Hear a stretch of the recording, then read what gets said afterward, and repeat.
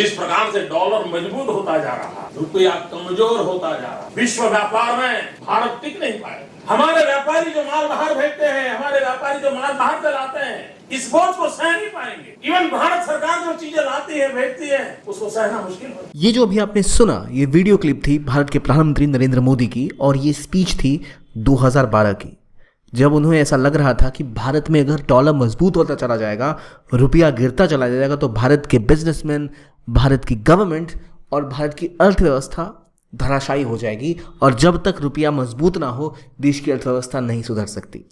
विडंबना देखिए, उस टाइम में रुपए की कीमत कितनी थी, गैस करिए, रुपए वर्सेस डॉलर। तब अगर आप 57 रुपीज़ खर्च करते तो आप $1 ले सकते थे।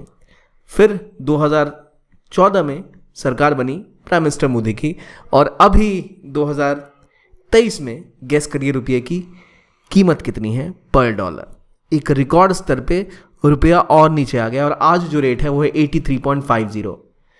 इतना ज़्यादा फॉल 2012 से अभी तक हो चुका है। इसके लिए क्या जिम्मेदार है, कौन जिम्मेदार है, और किस तरह की चीज़ें इसे पुश कर रही हैं, और क्या केवल पॉलिटिकल कारण है या इसके पीछे कोई अर्थव्यवस्था का खेल भी है।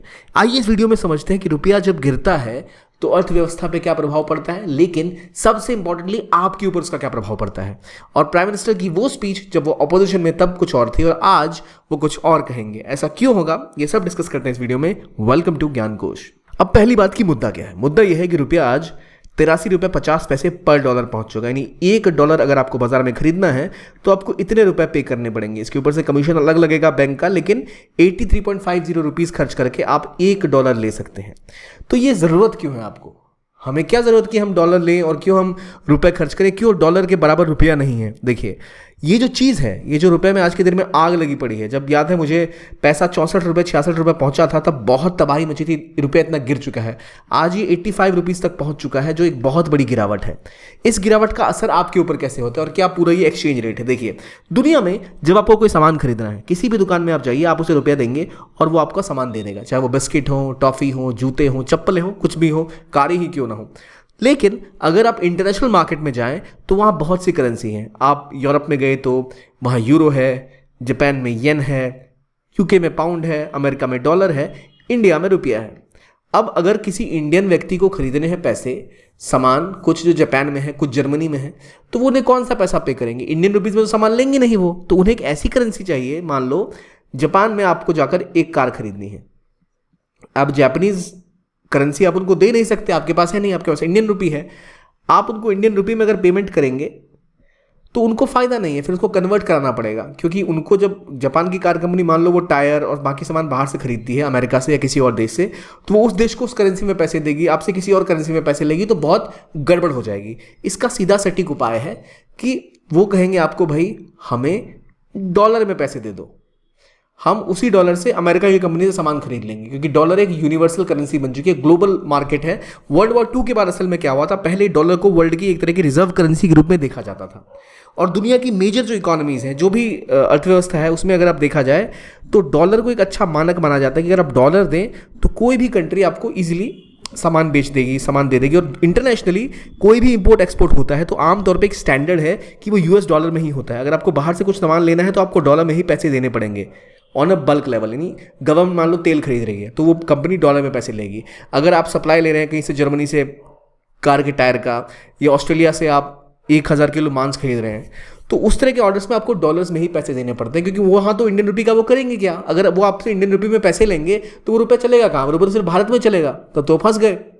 इसीलिए US डॉलर्स को एक यूनिवर्सल करेंसी की तरह देखा जाता है, और $1 के बदले में कितने रुपए आपको देने पड़ते हैं उसे कहते हैं एक्सचेंज रेट। तो अगर आपके देश की करेंसी डॉलर के साथ कितने रुपए में एक्सचेंज होगी, ये होती है एक्सचेंज रेट।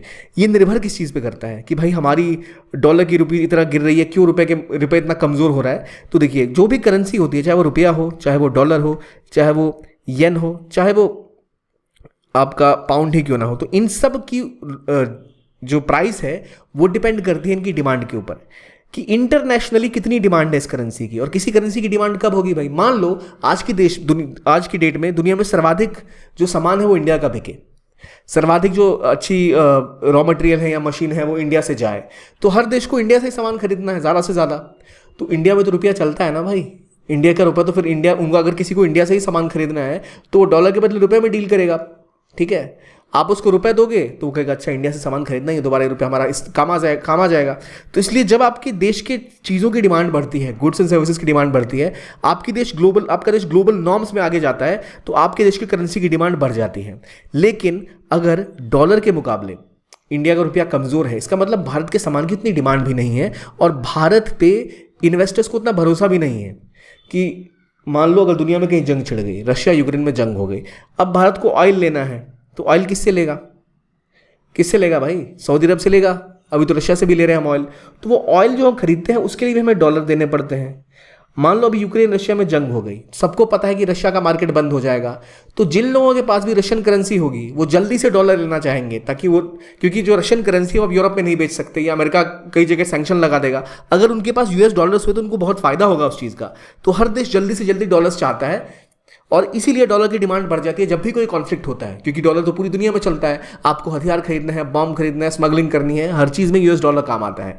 तो जब भी कोई कॉन्फ्लिक्ट होता है तो डॉलर्स की डिमांड बढ़ जाती है, तो और रुपए लगेंगे। पहले अगर 50 रुपये में आपको $1 मिलता, युद्ध छिड़ गया तो उसकी कीमत हो जाएगी 55 रुपये। अभी तो ऑलरेडी 85 रुपये 85 रुपीज़ के आसपास है, तो 88 रुपीज़ दाम पहुंच जाएगा जब भी कॉन्फ्लिक्ट कहीं होता है। इसलिए डॉलर बहुत महंगा हो जाता है जब भी कहीं ऐसी हिंसा की स्थिति होती है। और जब अमेरिका के बैंकों में रेट बढ़ते हैं तो भी इसकी डिमांड खिंच जाती है। अब इंडिया के साथ दिक्कत यह है कि जब रुपया महंगा हो जाता है, मान लो अभी आप 85 रुपीज़ देते हो और आपको $1 मिलता है इसके बदले में, तो जब आप सामान एक्सपोर्ट करते हो ना तो इसका थोड़ा सा फायदा भी हो जाता है, क्योंकि इंडिया से कोई सामान खरीदेगा जो अमेरिकी व्यक्ति है, मान लो $1 इंडिया में 85 रुपीज़ के बराबर है, और मान लो पाकिस्तान में वो $1 जो है वो 40 रुपये के बराबर है। मानने कह रहा हूँ मैं, ऐसा है नहीं। लेकिन अब जब वो कोई सामान खरीदने आएगा तो भाई अगर कोई चीज़ बिस्किट है जो 40 रुपये का है इंडियन करेंसी में, तो जो कोई इंडिया से बिस्किट इंपोर्ट कर रहा है उसको लगेगा कि भाई मैं $1 देता हूँ, इंडिया से 2 पैकेट बिस्किट मिल जाते हैं, इंपोर्ट कर सकता हूँ। लेकिन पाकिस्तान से तो इतने में एक ही बिस्किट मिलता है, क्योंकि पाकिस्तान में रुपये 40 रुपये है डॉलर के मुकाबले, और इंडिया में तो 85 रुपये ज़्यादा बिस्किट खरीद सकते हैं आप। तो इसलिए जब रुपये टूटता है ना तो एक्सपोर्ट थोड़ा सा बढ़ जाता है, एक्सपोर्ट करना आसान हो जाता है। इंडिया का जूता जो इंडिया में बनता है वो थोड़ा सस्ता लगता है सामने वाले को। मान लो अभी कोई जूता इंडिया में 500 रुपये का मिल रहा है और डॉलर की रेट है 100 रुपये, $1 100 रुपये के बराबर है, तो कोई $5 भेजेगा इंडिया तो एक जूता खरीद सकता है। लेकिन अगर वही डॉलर 50 रुपये हो जाए तो उन्हें $10 देने पड़ेंगे, तो उनके लिए तो महंगा पड़ गया। जब रुपया मजबूत होता है, एक्सपोर्ट करना थोड़ा आसान होता है जब प्राइसेस कम होती हैं। लेकिन फिर भी ये एक बहुत बड़ा सर दर्द है देश के लिए। कैसे, आइए समझते हैं। मान लीजिए कि अगर आपको कोई भी चीज़ एक्सपोर्ट करनी है, उसके लिए जो उसका रॉ मटेरियल है वो तो कहीं ना कहीं से लेना पड़ेगा। आपको ऑयल तो चाहिए होगा, ट्रांसपोर्टेशन तो करनी होगी। ऑयल कहाँ से लाएंगे आप? ऑयल लाएंगे आप अरब से, अमेरिका से, रशिया से, नाइजीरिया से। उसकी पेमेंट किस में करेंगे? डॉलर्स में। तो इसी तरह रुपए की कीमत जैसे जैसे गिरती है वैसे वैसे आम कंज्यूमर्स के लिए चीज़ें महंगी होती चली जाती हैं। फॉर एग्जांपल, आप जो फ्यूल, ऑयल या गैस इस्तेमाल करते हैं वो सब इंडिया इंपोर्ट करता है, और इंपोर्ट किस चीज़ में होती है? डॉलर्स में। अगर आप FMCG का सामान लेते हैं, मान लो आप पैकेजिंग मटेरियल ले रहे हैं और वो मटेरियल बाहर से बन के आता है, तो उसके पैसे भी आपको पे करने पड़ेंगे डॉलर्स में, तो वो सामान भी महंगा मिलेगा। इलेक्ट्रॉनिक्स का आइटम चाइना से आता है या और कोरिया से आ रहा है या जापान से आ रहा है, तो उसमें भी आपको रुपए में पैसे देने पड़ेंगे डॉलर के मुकाबले, तो यहाँ भी आपको महंगा पड़ेगा। तो टेलीकम्युनिकेशन सर्विसेज महंगी हो जाएंगी, ऑलमोस्ट हर चीज़ महंगी हो जाती है अगर आपका रुपया कमज़ोर है। तो कोई भी व्यक्ति जब एक्सपोर्ट करता है उसे लगेगा जरूर कि मेरा सामान ज़्यादा बिक जाएगा भाई, क्योंकि सस्ता है, लेकिन उसको बनाने की लागत ही बढ़ जाएगी। एक आम कंज्यूमर के लिए महंगाई बढ़ गई और एक्सपोर्टर के लिए रॉ मटेरियल महंगा हो गया, तो लॉन्ग टर्म में सस्टेनेबल नहीं होता है। इसलिए ज़रूरी है कि आपकी इकोनॉमी स्ट्रांग रहे और आपका रुपया मजबूत हो। रुपया मजबूत करने के लिए लगातार गवर्नमेंट कोशिश कर रही है कि इंडिया की इकोनॉमी भी ग्रो हो, इंडिया से एक्सपोर्ट ज़्यादा हो, इंडिया का फॉरेक्स रिजर्व बढ़ा रहे। फॉरेक्स रिजर्व मतलब भारत के पास इतना डॉलर रहे, US डॉलर्स, कि सबको विश्वास रहे कि हाँ ये कभी डिफॉल्ट नहीं करेंगे अपने लोन में, क्योंकि याद देखिए लोन हम कहीं से लेते हैं तो हमें पे भी डॉलर में ही करना होता है। तो इसलिए डॉलर एक बहुत महत्वपूर्ण चीज़ है, और डॉलर की वैल्यू इंडियन रुपी के मुकाबले जो भी है वही डिसाइड करता है कि इंटरनेशनल मार्केट्स में इंडिया की क्या साख रहेगी। इसलिए प्राइम मिनिस्टर मोदी पहले बोल रहे थे कि डॉलर बहुत ज़रूरी है रुपए के मामले में कमज़ोर रहना। अगर डॉलर बहुत ज़्यादा निकल गया, 100 रुपये हो गए, 150 रुपये हो गए, तो हमारी करेंसी की इंटरनेशनली कोई वैल्यू नहीं रह जाएगी और हमारा सारा सामान जो हम इंपोर्ट करते हैं हमें बहुत ज़्यादा महंगा पड़ेगा।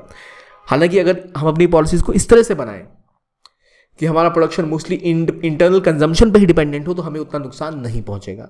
जब हम इतनी बातें कर ही रहे हैं तो आपके लिए एक बात और है कि अगर आप यूपीएससी की तैयारी कर रहे हैं और आपको चाहिए quality classes at a very affordable price, तो आपके लिए पीडब्ल्यू ओनली एस लाया है सीधा सॉल्यूशन। आप ज्वाइन कर सकते हैं हमारा यूपीएससी फाउंडेशन बैच 2025, टाइटन और संकल्प, टाइटन जो इंग्लिश में है और संकल्प जो हिंदी या इंग्लिश में है। ये दोनों ही बैचेस केवल आपको मिल रहे हैं 10,999 रुपये में। आपको एक चूज कर सकते हैं और अपनी प्रिपरेशन को उड़ान दे सकते हैं। तो बहुत अच्छी अपॉर्चुनिटी है आपके लिए प्रिपरेशन करने की एक क्वालिटी क्लासेस के साथ। आपको इसके लिंक हमारे कमेंट सेक्शन में या डिस्क्रिप्शन बॉक्स में मिल जाएंगे।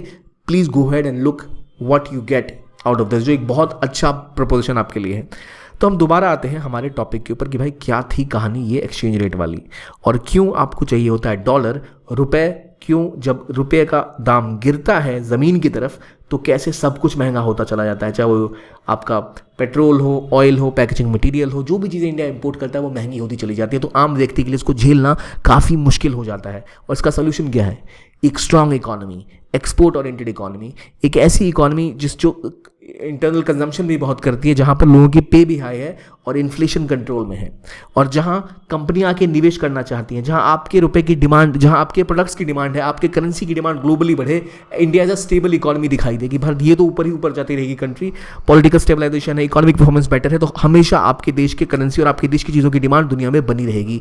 यही है राज रुपए को मजबूत करने का, और गवर्नमेंट इसके पीछे प्रयास कर भी रही है। लेकिन आपको दिखता है जैसे ही कोई गवर्नमेंट अपोजिशन में होती है वो मुद्दा रहता है, लेकिन गवर्नमेंट में आते ही मुद्दा कमजोर हो जाता है। आपको क्या लगता है, क्या भारत का डॉलर्स के मुकाबले जो प्रदर्शन है वो आगे जाके सुधरेगा, या आपको लग रहा है 100 पार कर जाएगा वो?